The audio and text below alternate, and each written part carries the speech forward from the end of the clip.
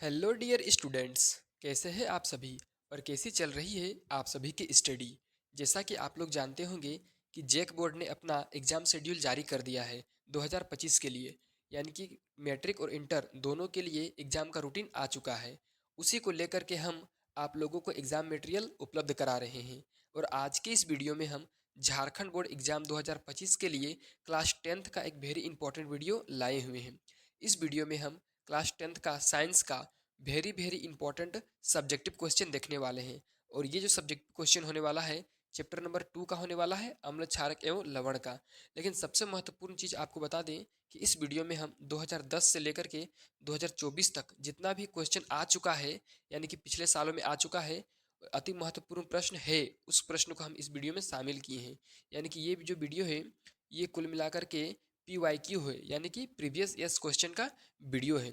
इस वीडियो को अगर आप देख लेते हैं अच्छे तरीके से तो आप लोगों का जो 20 फरवरी 2025 को एग्जाम है साइंस का, उसमें अच्छा से अच्छा मार्क्स ला सकते हैं इस चैप्टर से। ठीक है, इस वीडियो मतलब पूरे चैप्टर से तो नहीं बोलेंगे, पूरे किताब से तो नहीं बोलेंगे, लेकिन इस चैप्टर से आने वाला क्वेश्चन इसी वीडियो में है। इस वीडियो को देखिए, इंपॉर्टेंट क्वेश्चन को नोट भी कीज कर लीजिए अपने नोट्स में, ताकि आप जल्दी से उसको याद कर सकते हैं।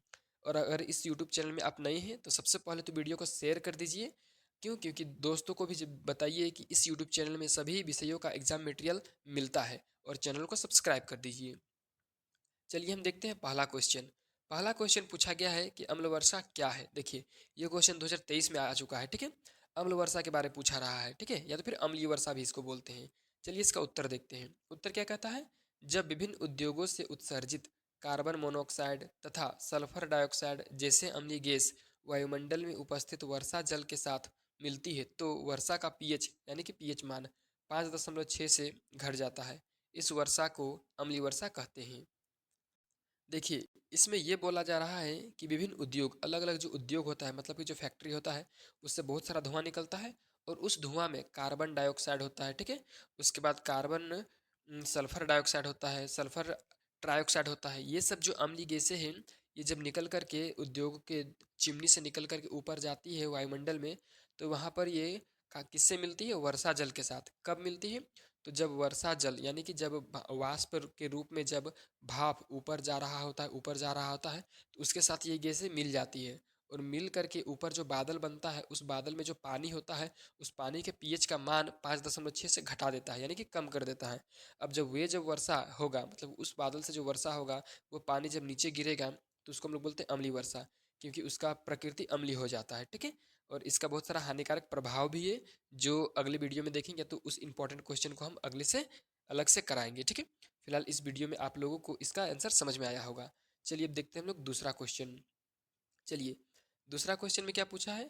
आश्वित जल विद्युत का चालन क्यों नहीं करता जबकि वर्षा जल करता है। देखिए, आश्वित जल किसको बोलते हैं? जिसका पीएच वैल्यू जो होता है वो 7 होता है, यानी कि पीएच मान 7। उदासीन जल भी इसको बोल सकते हैं। ठीक है, वो जल विद्युत का चालन क्यों नहीं करता, यही पूछा गया क्वेश्चन में। ठीक है, चलिए इसका आंसर चलिए देखते हैं। ये भी क्वेश्चन देखिए 2023 में पूछा गया है। ठीक है, चलिए, आश्वित जल आयनों में विघटित नहीं होता है जबकि वर्षा जल अम्लीय होता है जो आयनों में विघटित होता है। यह आयन ही विद्युत के चालन में उत्तरदायी होते हैं। अतः आश्वित जल विद्युत का चालन नहीं होता है जबकि वर्षा जल होता है। देखिए, इस क्वेश्चन का आंसर में बोला गया है कि जो आश्वित जल होता है, यानी कि डिस्टिल्ड वाटर, यानी कि जिसका पीएच मान 7 वाला वाटर है, पानी है, वो H+ आयन नहीं देता है। ठीक है ना, कौन सा आयन नहीं देता है? H+ ion. ठीक है, और H+ आयन नहीं देगा तो विद्युत का चालन नहीं होगा। ठीक है, क्यों? क्योंकि जो H+ आयन है वही विद्युत धारा को आगे बढ़ाता है। ठीक है, जबकि जो वर्षा जल है वो अम्लीय जल होता है, उसमें H+ आयन का मात्रा पाया जाता है, H+ सांद्रता पाया जाता है। ठीक है ना, जिससे जो विद्युत धारा है वो स्थानांतरित होता है या तो फिर गति करता है। इसलिए आश्वित जल विद्युत का चालन नहीं करता है जबकि वर्षा जल करता है। ठीक है, इसका आंसर समझ लिए। चलिए देखते हैं तीसरा क्वेश्चन। ये जो क्वेश्चन है भी भी भी भी, जितना बार आप भी लगा दीजिए और आई है। ठीक है ना, भी आई है, क्योंकि 2019 में पूछा गया है। और जब आप टेस्ट एग्जाम लिखोगे, प्री एग्जाम लिखोगे, या तो फिर हाफ ईयरली लिखोगे, तो फिर से आप लोगों को ये क्वेश्चन मिलेगा 2019 का, जितना भी क्वेश्चन पूछा जा चुका है। ठीक है, चलिए, क्या है जिप्सम? क्या है? इसे 373 केल्विन तापमान पर गर्म करने पर क्या होता है? जिप्सम के बारे में पूछा है। ठीक है, जिप्सम क्या होता है? अगर इसको 373 केल्विन तापमान में गर्म कर देंगे तो ये क्या हो जाएगा? चलिए इसका आंसर देखते हैं। आंसर क्या कहता है? जिप्सम एक प्राकृतिक खनिज है। देखिए जिप्सम तो है क्या है, एक प्राकृतिक खनिज है। यह कैल्शियम सल्फेट डाइहाइड्रेट से बना होता है। देखिए इसका नाम क्या हो सकता है, कैल्शियम सल्फेट डाइहाइड्रेट या तो फिर डेकाहाइड्रेट। ठीक है, चलिए क्या क्या होता है, फिर लिखा है और इसका रासायनिक सूत्र CaSO4 इंटू 2H2O है। ठीक है ना। जब जिप्सम को 373 केल्विन पर गर्म किया जाता है तो यह जल के अणुओं का त्याग कर प्लास्टर ऑफ पेरिस का निर्माण करता है। देखिए यहाँ पर क्या कहा गया है कि जब हम लोग जिप्सम को मतलब कि CaSO4 इंटू 2H2O को, ठीक है ना, क्या करते हैं, 373 केल्विन तापमान पर गर्म करते हैं। ठीक है ना। जब इसे जैसे ही गर्म किया जाता है तो ये क्या होता है, इसके पास जो जल रहता है, जल का 2 अणु रहता है, इसका त्याग हो जाता है। ठीक है ना। कितना अणु त्याग हो जाता है, 1.5 अणु। ठीक है, और बचता है कितना, आधा अणु। और ये प्लास्टर ऑफ पेरिस का निर्माण कर देता है। ठीक है, चलिए इसका फॉर्मूला के साथ यहाँ पर इसको हम समझते हैं। देखिए यहाँ पर क्या लिखा हुआ है, यहाँ पर लिखा है CaSO4 इंटू 2H2O, मतलब कि ये जिप्सम का फॉर्मूला है। किसका है, तो ये जिप्सम का है। ठीक है ना, जिप्सम का। और यहाँ पर जब ये अभिक्रिया किया कितना, 373 373 केल्विन जब इसको हम लोग तापमान दिए तो ये जल का अणु का त्याग किया। देखिए यहाँ पर 2 जल का अणु है और यहाँ पर आधा जल का अणु है, मतलब 1.5 जल का अणु का त्याग हो गया। ठीक है ना, और बन गया CaSO4 इंटू 12H2O। ठीक है, इस तरह से इस क्वेश्चन का आंसर आप समझ गए हैं। चलिए देखते हैं हम लोग अगला क्वेश्चन। ठीक है, चौथा नंबर। देखिए चौथा नंबर में क्या पूछा गया है, 4 नंबर, विरंजक चूर्ण का उपयोग लिखें। ठीक है, विरंजक चूर्ण का इसमें उपयोग लिखना है। और ये क्वेश्चन देखिए 2018 में पूछा जा चुका है। ठीक है, चलिए अब इसका हम लोग आंसर समझते हैं और लिखते हैं। चलिए आंसर क्या कहता है, पेयजल को जीवाणुओं से मुक्त रखने में। देखिए बहुत सारा उपयोग है इसका। ठीक है ना, विरंजक चूर्ण का। उसमें से पहला है पेयजल, यानी कि पीने के पानी को जीवाणुओं से मुक्त रखने में। आप बरसात के दिनों में देखे होंगे कि बहुत से बड़े लोग कुआं में, ठीक है ना, या तो फिर जो जहाँ पर हम लोग पीने का पानी लाते हैं जहाँ से, वहाँ पर विरंजक चूर्ण को डाला जाता है ताकि वहाँ पर जो भी जीवाणु है, जो भी बैक्टीरिया है, वो मर जाए। ठीक है, 2 नंबर, वस्त्र उद्योग में सूती एवं लिनेन कपड़ों के विरंजन के लिए, नीचे लिखा है। ठीक है ना, देखिए विरंजन के लिए अगला पेज है, यानी कि वस्त्र उद्योग, कपड़ा उद्योग में कपड़ा को सफेदी करने के लिए, विरंजन करने के लिए, ठीक है, साफ करने के लिए एक तरह से कह सकते हैं। तीसरा, सार्वजनिक स्थलों को जीवाणुओं से मुक्त रखने में है। सार्वजनिक स्थल जैसे कि हॉस्पिटल हो गया, विद्यालय हो गया, ठीक है, या तो फिर रेलवे स्टेशन। वहाँ पर जब बरसात के दिन में बहुत ज़्यादा इधर उधर पानी जमा हो जाता है और कीचड़ हो जाता है तो उन जगहों में बैक्टीरिया पनपने लगते हैं। तो उस बैक्टीरिया को मारने के लिए विरंजक चूर्ण का उपयोग कर लिया जाता है। चलिए 5वां क्वेश्चन देखते हैं, बेकिंग सोडा का उपयोग लिखें। 2017 में पूछा गया क्वेश्चन, बहुत ज़्यादा इंपॉर्टेंट है आप लोगों के लिए। क्वेश्चन क्या है, बेकिंग सोडा का उपयोग लिखें। चलिए आंसर देखते हैं। आंसर क्या है, 1 नंबर, 2 नंबर, 3 नंबर, 3 ठो इसका आंसर है। ठीक है, मतलब कि बेकिंग सोडा का बहुत सारा उपयोग है, उसमें से 3 ठो लिखे हैं। पहला, भोजन को शीघ्रता से पकाने के लिए। देखिए आप लोगों ने छोला खाया होगा, भटूरा खाया होगा, ठीक है, ये सब में बेकिंग सोडा मिला होता है ताकि भोजन आसानी से और जल्दी पक जाए। ठीक है ना, खास करके छोला को बनाने के लिए, उसके बाद बहुत सारी चीज़ों को बनाने के लिए जो जल्दी जिन्हें बनाना होता है। ठीक है ना, बहुत जगह पर मीट या जिसको हम लोग मांस बोलते हैं उसको गलाने के लिए, पकाने के लिए सोडा का उपयोग किया जाता है। दूसरा में क्या कहता है, केक, पुआ इत्यादि को फुलाने में। देखिए केक केक जहाँ पर बनता है बेकरी में, ठीक है ना, उसका ब्रेड जो बनता है, उसका पुआ जो हम लोग घर में बनाते हैं, और जितना भी होटल में पुआ पकवान इत्यादि होता है, वो सब सभी में बेकिंग सोडा मिला होता है, जिसे मीठा सोडा भी कहा जाता है। ठीक है, चलिए 3 नंबर क्या है, एंटासिड जैसे औषधि के निर्माण में। एंटासिड किसको बोलते हैं, तो एंटासिड क्या करता है, हमारे हमारा जो पेट होता है उसके अम्लीयता से प्रभावित जब होता है उस स्थिति को क्षारक में बदलता है और उदासीन करता है। ठीक है ना, एक तरह से बोल सकते हैं कि उदासीन करता है। एंटासिड जैसे औषधि जैसे कि इनो, ठीक है ना, इनो आप सुने होंगे। ठीक है, इनो में ही उपयोग किया जाता है किसका, बेकिंग सोडा का। चलिए अब देखते हैं हम लोग, इसका आंसर तो आप लोगों ने समझ ही लिया होगा। चलिए 6 नंबर का क्वेश्चन देखते हैं। ठीक है, क्या पूछा गया है, प्लास्टर ऑफ पेरिस कैसे तैयार किया जाता है। ठीक है ना, ये क्वेश्चन 2016 में पूछा गया है कि प्लास्टर ऑफ पेरिस किस प्रकार से बनता है। ठीक है ना, बहुत ज़्यादा इंपॉर्टेंट क्वेश्चन है ये कि प्लास्टर ऑफ पेरिस 2-3 बार आया, देखिए आप लोगों के सामने ही आया। चलिए, जब जिप्सम को 373 केल्विन पर गर्म किया जाता है तो यह जल के 1.5 अणुओं का त्याग कर प्लास्टर ऑफ पेरिस का निर्माण करता है। देखिए जिप्सम से बनता है, किससे बनता है, जिप्सम से। जब जिप्सम को हम लोग, ये है जिप्सम, ठीक है ना, CaSO4 इंटू 2H2O, ये जिप्सम है। जब हम लोग जिप्सम को 373 केल्विन पर गर्म करें, कितना, 373, ठीक है ना, यहाँ पर थोड़ा सा लिखा नहीं जा सक रहा, लेकिन इसको लिखने के लिए हम जगह बना दे रहे हैं। ठीक है, इसको हम लोग गर्म करते हैं कितना पर, इसको एरो देते हैं यहाँ पे, और यहाँ पर लिखते हैं 373 केल्विन। गर्म करेंगे तो यहाँ पर देखिए CaSO4 इंटू हाफ H2O बचा हुआ है, जल का जो 1.5 अणु है उसका त्याग हो गया, ठीक है ना, वो वाष्प बन के उड़ गया और किसका निर्माण हुआ यहाँ पर, प्लास्टर ऑफ पेरिस का, ठीक है। चलिए, अगर वीडियो आप लोगों को अच्छा लग रहा है तो जल्दी से वीडियो को लाइक कर दीजिए, चैनल को सब्सक्राइब कर लीजिए और दोस्तों के साथ फटाफट से शेयर कर दीजिए। चलिए, 7 नंबर में क्या पूछा है, जल के अनुपस्थिति में अम्ल का व्यवहार अम्लीय क्यों नहीं होता। देखिए, जब जल अनुपस्थित रहता है, ठीक है ना, कोई भी अम्ल है, मान के चलिए नींबू का रस हम निचोड़ लिए 1 कप में और उसका जब हम लोग टेस्ट करेंगे तो वो अम्ल का व्यवहार अम्लीय नहीं होता है, यानी कि अम्लीयता नहीं प्रदर्शित होता है। ऐसा क्यों होता है, ये भी क्वेश्चन देखिए 2015 में पूछा जा चुका है और आप लोग के लिए इम्पोर्टेंट है। चलिए, इसका आंसर देखते हैं। आंसर क्या है, जल के अनुपस्थिति में अम्ल हाइड्रोजन आयन प्रदान नहीं करता है, इसलिए जल की अनुपस्थिति में अम्ल का व्यवहार अम्लीय नहीं होता है। देखिए, जब जल नहीं रहेगा, ठीक है ना, कोई भी अम्ल है, मान के चलिए नींबू हम लोग निचोड़ दिए 1 कप में और जमा कर लिए 1 कप में, ठीक है, उसमें हम लोग अगर टेस्ट करेंगे तो उसका अम्लीयता का प्रदर्शन नहीं होगा, क्योंकि वो जो होता है अम्ल, वो हाइड्रोजन आयन प्रदान नहीं करता है, ठीक है ना, जल की अनुपस्थिति में, यानी कि जब जल नहीं रहेगा तब। जैसे उसमें हम लोग जल मिलाएंगे तो तुरंत हाइड्रोजन आयन उसमें से निकलने लगेगा, ठीक है। इसलिए क्या होता है, जल की अनुपस्थिति में जो अम्ल होता है वो अम्लीयता का प्रदर्शित नहीं करता है, ठीक है। चलिए, ये तो क्वेश्चन आप लोगों को अच्छे से समझ में आया होगा। चलिए, अगला क्वेश्चन देखते हैं हम लोग, 8 नंबर, ठीक है। अम्ल को तनिकृत करते समय यह क्यों अनुशंसित करते हैं कि अम्ल को जल में मिलाना चाहिए, न कि जल को अम्ल में। देखिए, 2014 का क्वेश्चन है, इस बार आने का संभावना तो बहुत कम है, लेकिन आप लोगों को बता भी दे रहे हैं कि आने का संभावना कम है, लेकिन आप एक बार इसको पढ़ लीजिए। खुदा ना खास्ते ये क्वेश्चन अगर पूछा ही जा गया तो आप कैसे लिखिएगा उसको देखिए।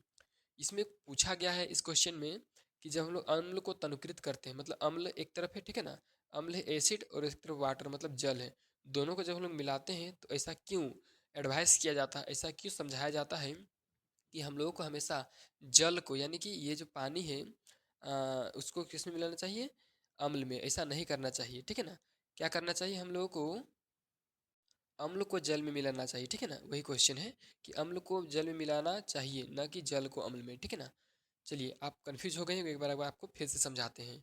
जब भी अम्ल और जल को मिलाना होता है तो एक तरफ अम्ल रखते हैं और एक तरफ वाटर मतलब जल, तो अम्ल को मिलाना चाहिए जल में, ठीक है ना, जल को अम्ल में नहीं मिलाना चाहिए। ऐसा क्यों बोला जाता है, चलिए इसका आंसर देखते हैं। देखिए, यदि जल को अम्ल में मिलाया जाए तो अत्यधिक ऊष्मा उत्पन्न होने के कारण प्रयुक्त कांच का पात्र, यानी कि पात्र मतलब बर्तन, भी टूट सकता है, ठीक है, जिससे हमारी त्वचा के जलने का खतरा होता है। इसलिए यह अनुशंसित करते हैं कि अम्ल को जल में मिलाना चाहिए, न कि जल को अम्ल में, ठीक है ना, अम्ल होगा यहाँ पे अम्ल। देखिए, इस आंसर में ये बताया गया है कि यदि हम लोग जल को और अम्ल को मिला दिए एक साथ, ठीक है ना, और उसमें भी हम लोग जल को मिला दिए अम्ल में, तो जैसे ही जल को अम्ल में मिलाएंगे तो अम्ल और जल तुरंत तेजी से अभिक्रिया करेगा और अत्यधिक मात्रा में ऊष्मा उत्पन्न करेगा। अगर ऊष्मा उत्पन्न करेगा तो जितना भी तापमान बढ़ेगा, उस तापमान के कारण कांच का पात्र टूट सकता है, ठीक है, क्योंकि बीकर वगैरह सब कांच का ही रहता है, तो टूटने से हम लोग का हाथ जल सकता है और भी बहुत सारा नुकसान हो सकता है, ठीक है। इसलिए ऐसा बोला जाता है कि हम लोग को अम्ल जो है, अम्ल एक तरफ अम्ल है एक तरफ जल है, ठीक है, यहाँ पर आप समझिए, ये है मेरा अम्ल, ठीक है, ये है मेरा अम्ल का बीकर और ये है मेरा जल का बीकर, ठीक है ना, जल का, तो अम्ल को मिला देना चाहिए जल में, ठीक है ना, ऐसा नहीं कि जल को अम्ल में, ऐसा नहीं करना चाहिए, ठीक है। तो ये तो हो गया आप लोगों का कंप्लीट। ये अब हम लोग देखते हैं 9 नंबर का क्वेश्चन, ठीक है। देखिए, 9 नंबर का क्वेश्चन जो है वो काफ़ी ज़्यादा इंपॉर्टेंट भी है, ठीक है।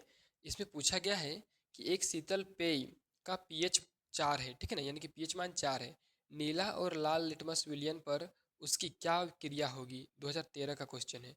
देखिए, इसमें क्वेश्चन पूछा गया है कि एक शीतल पेय है, कोई ठंडा है चीज़ है पीने का, जैसे कोको कोला, मिरिंडा, पेप्सी वगैरह, ठीक है ना, उसका पीएच मान 4 है। नीला लिटमस विलियन और लाल लिटमस विलियन, किसमें क्या क्या चीज़ दिखेगा, ठीक है ना, ये अम्लीयता है कि क्षारीयता है, ये सब सारा कुछ पूछा गया है। तो चलिए इसका आंसर देखते हैं। आंसर में कहता है शीतल पेय का पीएच 4 है, अतः यह अम्लीय है। देखिए, अगर 7 से कम पीएच मान रहेगा तो यह अम्लीय होता है, ठीक है, तो यहाँ पर पीएच मान कितना 4 है, इसलिए यह अम्लीय है। यह नीले लिटमस विलियन को लाल कर देगा, और जैसे आप जानते होंगे कि जो अम्ल होता है वो नीले को लाल करता है, ठीक है, और लाल में इसका कोई प्रभाव नहीं होगा, ठीक है। बस इतना ही आपको इसमें समझना है कि कोई भी अगर पीएच मान 7 से कम वाला है तो वो अम्ल है, और वह नीला लिटमस पत्र या नीला लिटमस विलियन को लाल करेगा और लाल लिटमस में इसका कोई प्रभाव नहीं होगा, ठीक है। चलिए 10 नंबर का क्वेश्चन देखते हैं। जो कि सेकंड लास्ट क्वेश्चन है इस वीडियो का। 10 नंबर, एक ग्वाला ताज़ा दूध में थोड़ा बेकिंग सोडा क्यों मिलाता है? देखिए ये भी क्वेश्चन 2011 में पूछा गया है और इसमें दो ठो क्वेश्चन है। पहला है ए नंबर में, ताज़ा दूध के पीएच मान को 6 से बदलकर थोड़ा क्षारीय क्यों बना देता है? और बी नंबर में है, इस दूध को दही बनने में अधिक समय क्यों लगता है? चलिए एक एक करके इस क्वेश्चन को समझते हैं।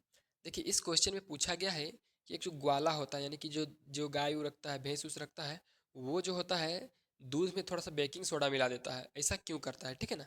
इसमें से पहला क्वेश्चन पूछा है कि ताज़ा दूध में जब हम लोग ताज़ा दूध का पीएच मान 6 होता है तो उसको हम लोग क्षारीय बना देते हैं। ऐसा क्यों करता है ग्वाला? ठीक है ना। हम लोग ने एक्चुअली ग्वाला करता है कि ताज़ा दूध जो होता है उसका पीएच मान 6 होता है, लेकिन उसका पीएच मान को क्षारीय कर देता है, यानी कि 8 या 9 10 कर देता है। ऐसा क्यों? तो चलिए ए नंबर का आंसर देखते हैं। ताज़ा दूध में बेकिंग सोडा मिलाने से वह क्षारीय प्रकृति में प्रवेश कर जाता है, जिसके कारण दूध अधिक समय तक अम्लीय स्थिति में नहीं पहुंच पाता है, जिससे दूध अधिक समय तक सुरक्षित रहता है। देखिए यहाँ पर आंसर में इस चीज़ को समझाया गया है कि ताज़ा दूध में जैसे हम लोग बेकिंग सोडा मिलाते हैं, तो बेकिंग सोडा मिलाने से जो ताज़ा दूध है उसका वो जो होता है क्षारक की स्थिति में चला जाता है, क्षारक की परिस्थिति में चला जाता है। ठीक है ना। जबकि दूध को फटने के लिए या दूध को दही बनने के लिए अम्लीय परिस्थिति की आवश्यकता होता है।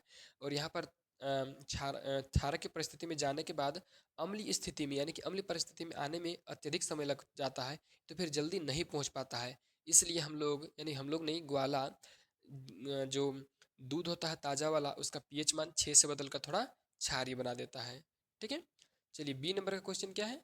दही बनने के लिए अम्लीय स्थिति की आवश्यकता होती है, लेकिन बेकिंग सोडा मिलाने से दूध क्षारीय हो जाता है तथा इसे अम्लीय होने में अधिक समय लगता है, इसलिए इसे दही बनने में अधिक समय लगता है। देखिए इसमें यह बताया गया है कि जो दही बनता है, दही बनने के लिए अम्लीय स्थिति चाहिए। ठीक है ना। अम्लीय परिस्थिति का होना जरूरी है, लेकिन जैसे हम लोग उसमें बेकिंग सोडा मिला देते हैं तो बेकिंग सोडा मिलाने से तुरंत वो जो दूध है वो क्षारकीय हो जाता है। क्या हो जाता है? क्षारकीय। और उस दूध को अम्लीय होने में, यानी कि अम्लीय परिस्थिति में जाने में बहुत ज़्यादा समय लगता है। ठीक है ना। और दही बनने में भी ज़्यादा समय लगता है, यही कारण है। ठीक है। इस क्वेश्चन का आंसर भी आप लोगों ने अच्छे तरीके से समझा होगा। अब देखिए 11 नंबर का क्वेश्चन, लास्ट क्वेश्चन। वीडियो को जल्दी से लाइक कीजिए, चैनल को जल्दी से सब्सक्राइब कीजिए, वीडियो को जल्दी से शेयर कीजिए और बोलिए जय हिंद जय भारत। चलिए 11 नंबर क्वेश्चन, उदासीनीकरण अभिक्रिया क्या है? 2010 का क्वेश्चन है, बहुत ज़्यादा इंपॉर्टेंट है। चलिए क्या कह रहा है? जब प्रबल अम्ल तथा प्रबल क्षारक को एक निश्चित अनुपात में मिलाया जाता है तो दोनों अभिक्रिया कर उदासीन हो जाते हैं। इस अभिक्रिया को उदासीनीकरण अभिक्रिया कहते हैं। देखिए इसमें यह बात बताया गया है कि जब प्रबल अम्ल, यानी कि एक मजबूत अम्ल को एक मजबूत क्षारक के साथ अभिक्रिया कराया जाता है, यानी कि मिलाया जाता है, तो क्या होता है? दोनों एक दूसरे से अभिक्रिया करता है और दोनों एक दूसरे से अभिक्रिया करके उदासीन पदार्थ का निर्माण करता है। ठीक है। यानी कि उदासीन हो जाता है, इसी को हम लोग बोलते हैं उदासीनीकरण अभिक्रिया। ठीक है। इसका एक एग्जाम्पल आप यहाँ पर देख सकते हैं। एग्जाम्पल में क्या है? NaOH, ये एक क्षारक है। ठीक है, प्रबल क्षारक, और प्लस HCl, दोनों को अभिक्रिया किया और बनाएगा क्या? एरोदेन NaCl बनाएगा। NaCl मतलब सोडियम क्लोराइड, और H2 यानी कि जल बनाएगा। देखिए प्रबल क्षारक और प्रबल अम्ल दोनों अभिक्रिया किया और एक उदासीन पदार्थ बनाया जिसका नाम है NaCl, यानी कि सोडियम क्लोराइड। और ये जो उदासीन पदार्थ है, इस सोडियम क्लोराइड मतलब नमक है। ठीक है, इसके साथ जल का निर्माण हुआ है। इसी प्रकार की अभिक्रिया को उदासीनीकरण अभिक्रिया कहते हैं। स्टूडेंट्स इस तरह से हम लोग आपको स्टूडेंट्स इस तरह से हम आप लोगों को सेकंड चैप्टर अम्ल क्षारक एवं लवण का PIQ संपूर्ण तरीके से कंप्लीट कराए हैं। अगर आपको वीडियो अच्छा लगा है तो जल्दी से सच में वीडियो को लाइक कर दीजिए, चैनल को सब्सक्राइब कर लीजिए।